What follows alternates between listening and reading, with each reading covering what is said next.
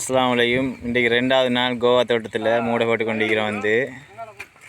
இன்றைக்கு ஒரு ஆள் கூட நம்மளோட நானா ஃபயாஸ் நானா வரும், சிஃபா மச்சான், நம்மளோட கிசாங்கா தலைவர், நம்மளோட சப்தி மச்சான் எல்லாம் இந்த கோவா போட்டு நிற்கிறோம். வெட்டி கொடுக்குறாங்க. இந்த எரிங்க ரைட்டா. சரி அதெல்லாம் வேணாம்.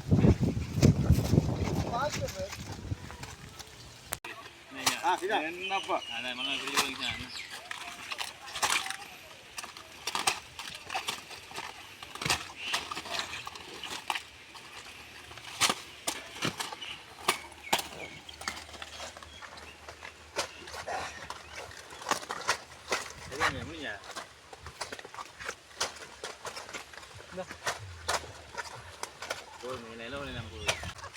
என்ன மச்சான் செய்றீங்களோ?